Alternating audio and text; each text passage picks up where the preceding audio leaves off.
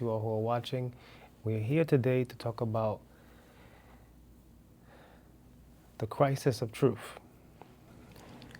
When you look at this world, you see that there's so much confusion. Everyone's looking for truth. Everyone is trying to find what truth is and where can they find truth. And this is the same question that Pontius Pilate asks before Jesus was crucified on the cross. And he said, "What is truth? What is truth?" Indicating that he didn't really fully understand what was truth. And many of you may not fully even be able to define what truth is in your own life. And when there's no certain absolute truth, there's always confusion, there's always uncertainty, and there are questions. And questions are okay, right? But I believe that everyone must come to a certainty of what truth is. And so John 18:38 says, "And Pilate saith unto him, What is truth?" A few questions have shaped human history more than Pilate's question, "What is truth?" Yet standing before Pilate, you see, was not just a teacher or philosopher. It was the Christ, who is the embodiment of the truth. That truth was incarnate. The Word that was made flesh was made bodily. The Creator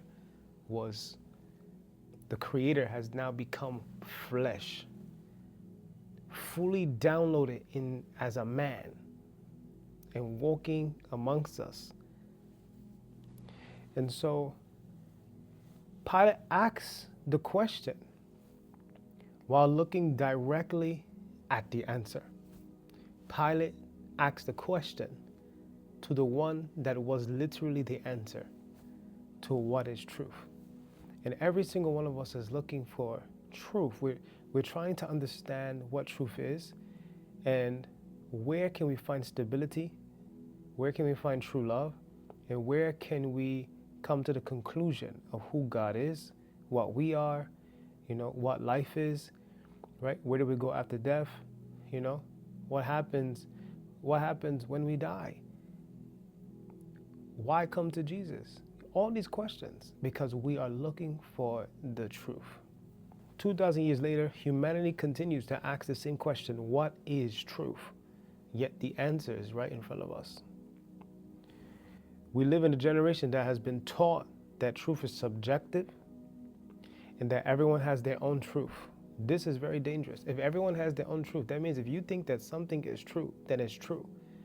And the other person thinks something different, then it's true. You see, the problem with that is that goes against God's moral laws.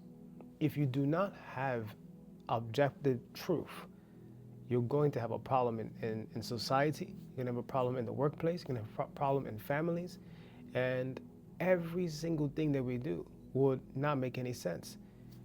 Even the judgment to say that truth is not objective is in itself an objective truth, because you are literally making a statement that every single body is under that concept, right?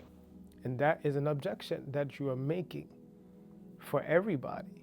And so it doesn't have a strong foundation. We're going to explain that, right?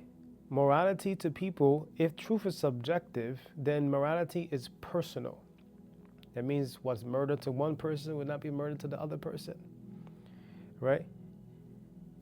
And also that nobody can possess absolute certainty in life. This is why we see confusion in our society. This is why we see confusion in every place. If we do not have a certainty of truth, then our character, our morals, our values, our ethics would be a mess. This is why families are broken apart.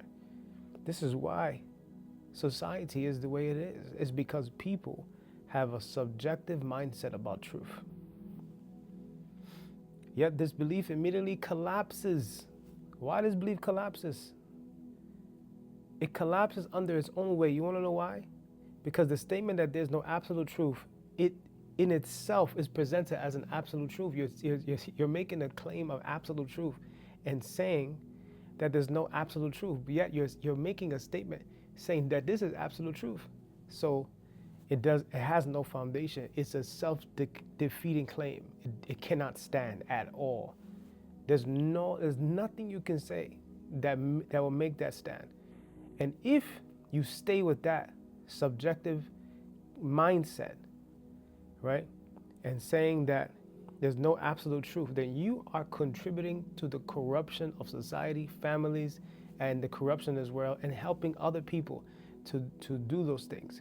Being a teacher in society is very dangerous, because if you teach people wrong and people begin to live wrongfully, and let's say you didn't believe in God, but you end up finding that God is the truth and Jesus is the truth, you're going to give an account.